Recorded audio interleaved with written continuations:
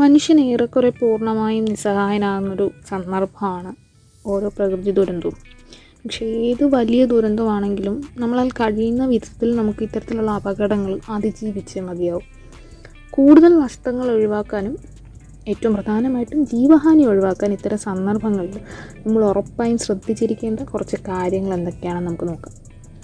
ഒന്നാമത്തെ കാര്യം, നിങ്ങൾ ഉരുൾപൊട്ടൽ സാധ്യതയുള്ള അല്ലെങ്കിൽ കാലാവസ്ഥാ വകുപ്പിൻ്റെ ഏതെങ്കിലും തരത്തിലുള്ള പ്രകൃതി ദുരന്ത മുന്നറിയിപ്പ് നിലനിൽക്കുന്ന സ്ഥലത്താണ് താമസിക്കുന്നതെങ്കിൽ എത്രയും വേഗം അല്ലെങ്കിൽ കഴിവതും സുരക്ഷിതമായ മറ്റൊരു സ്ഥലത്തേക്ക്, ദുരിതാശ്വാസ ക്യാമ്പുകളിലേക്കോ മറ്റു സുരക്ഷിതമായ സ്ഥലങ്ങളിലേക്കോ മാറി നിൽക്കാൻ ശ്രദ്ധിക്കാം.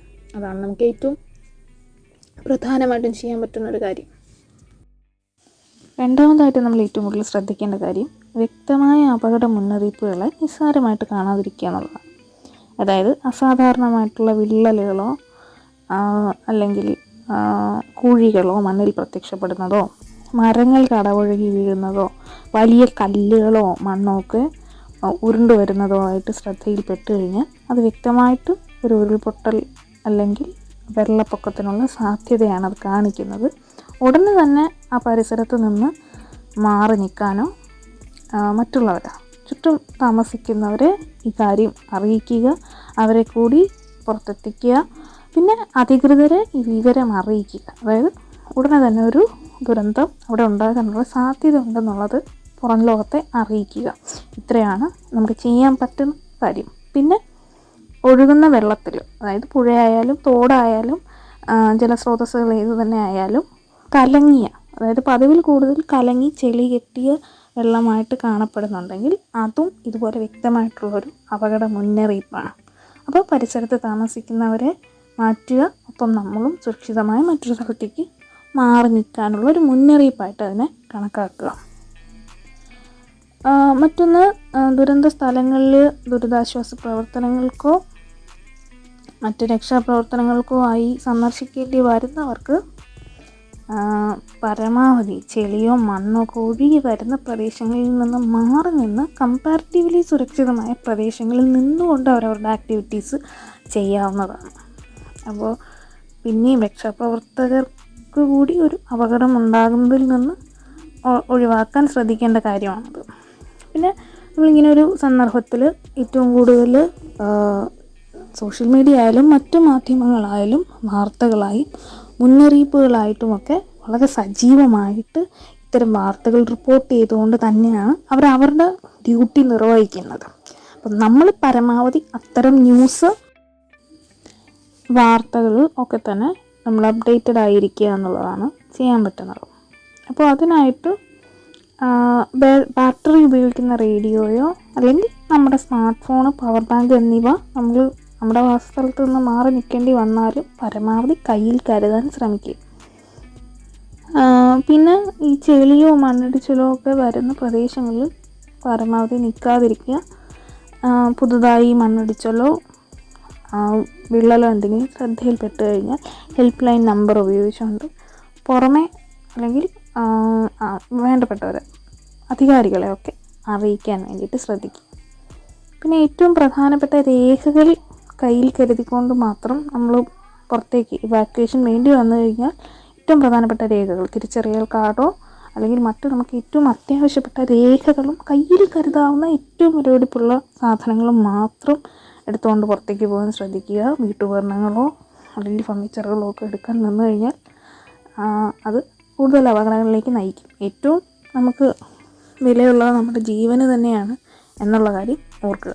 പിന്നെ തീർത്തും ഒഴിവാക്കേണ്ടതുണ്ടെന്നാൽ പ്രകൃതി ദുരന്തങ്ങൾ അല്ലെങ്കിൽ കനത്ത മഴയോ മണ്ണിടിച്ചിൽ സാധ്യതയോ ഉള്ള സമയത്ത് വാഹനങ്ങൾ ഓടിക്കാതിരിക്കുക, ഉപയോഗിക്കാതിരിക്കുക. പിന്നെ ലിഫ്റ്റോ മറ്റു ഇലക്ട്രോണിക് ഉപകരണങ്ങളൊക്കെ കഴിവതും ഒഴിവാക്കുക. അതായിരിക്കും അപകടങ്ങൾ ഉണ്ടാകാതിരിക്കാൻ നല്ലത്.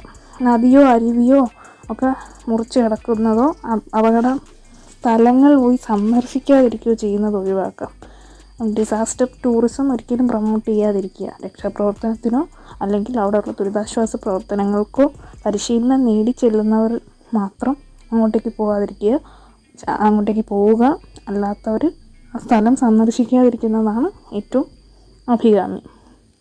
പിന്നെ പൊളിഞ്ഞോ തകർന്നോ ഒക്കെ കിടക്കുന്ന വൈദ്യുതി കമ്പികളോ ഉപകരണങ്ങളോ അവയ്ക്ക് അടുത്തേക്ക് പോകുകയോ ഉപയോഗിക്കുകയോ ചെയ്യാതിരിക്കുക. മലഞ്ചെരുവുകളിലോ പുഴയിലോ പാറക്കഷ്ണങ്ങളോ മാലിന്യങ്ങളോ ഒക്കെ കൂട്ടിയിട്ടുകൊണ്ട് ഒഴുക്കിനെ തടഞ്ഞുകൊണ്ട് നമ്മൾ കൂടുതൽ അപകടങ്ങൾ സൃഷ്ടിക്കാതിരിക്കുക.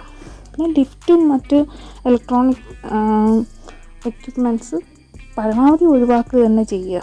പിന്നെ ഒരു ദുരന്തം വന്നു കഴിഞ്ഞാൽ തന്നെ ഉടനെ അടുത്ത തുടർ ദുരന്തങ്ങൾക്കോ അല്ലെങ്കിൽ ഉടനെ തന്നെ അടുത്ത ഒരു ഫ്ലാഷ് ഫ്ലഡിനൊക്കെ ഉള്ള സാധ്യത മുന്നിൽ കണ്ടുകൊണ്ട് ദുരിതാശ്വാസ ക്യാമ്പിലാണെങ്കിലും പെട്ടെന്ന് തിരിച്ച് വാസസ്ഥലത്തേക്ക് കുഴപ്പമൊന്നും ഇല്ല എന്ന് തോന്നിയാലും കുറച്ച് നാൾ വെയിറ്റ് ചെയ്തതിന് ശേഷം മാത്രം തിരിച്ച് ഒരു അപകടമുണ്ടായ സ്ഥലത്തേക്ക് തിരിച്ചു പോകുമ്പോൾ ആ കാര്യം ശ്രദ്ധിക്കുക. പിന്നെ ഒരു ദുരന്തത്തിന് ശേഷം ഒരുപാട് ഇൻഫെക്ഷൻസും മറ്റ് ആരോഗ്യ പ്രശ്നങ്ങളും ഒക്കെ ഉണ്ടാകാൻ സാധ്യതയുണ്ട്. എന്തൊരു രോഗലക്ഷണം കണ്ടാലും എത്രയും പെട്ടെന്ന് തന്നെ ചികിത്സ തേടാൻ ശ്രദ്ധിക്കുക.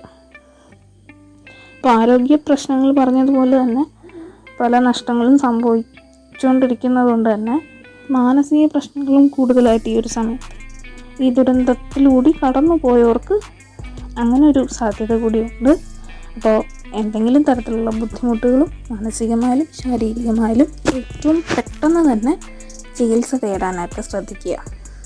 അപ്പോൾ അതിനായിട്ട് ഗവൺമെൻറ്റിൻ്റെ ആയാലും മറ്റ് ഒഫീഷ്യൽസിൻ്റെ ആയാലും ഹെൽപ്പ് ലൈൻ നമ്പറുകളും മറ്റുമൊക്കെ അവൈലബിൾ ആണ്. അപ്പോൾ അത്തരത്തിലുള്ള സേവനങ്ങൾ പരമാവധി പ്രയോജനപ്പെടുത്തുക. അപ്പോൾ ഇത്തരത്തിലൊരു മോശം അവസ്ഥയിലൂടെ കടന്നു പോകുന്നവരോ അല്ലെങ്കിൽ അങ്ങനെയുള്ളവരോ പരിചയമുള്ളവരോ ആയിക്കോട്ടെ നിങ്ങൾ, അപ്പം ഈ പറഞ്ഞ കാര്യങ്ങളൊക്കെ ശ്രദ്ധയിൽ വെച്ചുകൊണ്ട് ഇത്തരത്തിലൊരു സിറ്റുവേഷൻ നമുക്ക് കമ്പാരിറ്റീവ്ലി നല്ല രീതിയിൽ അതിജീവിക്കാൻ പറ്റുമെന്ന് ഞാൻ വിശ്വസിക്കുന്നു. Thank you.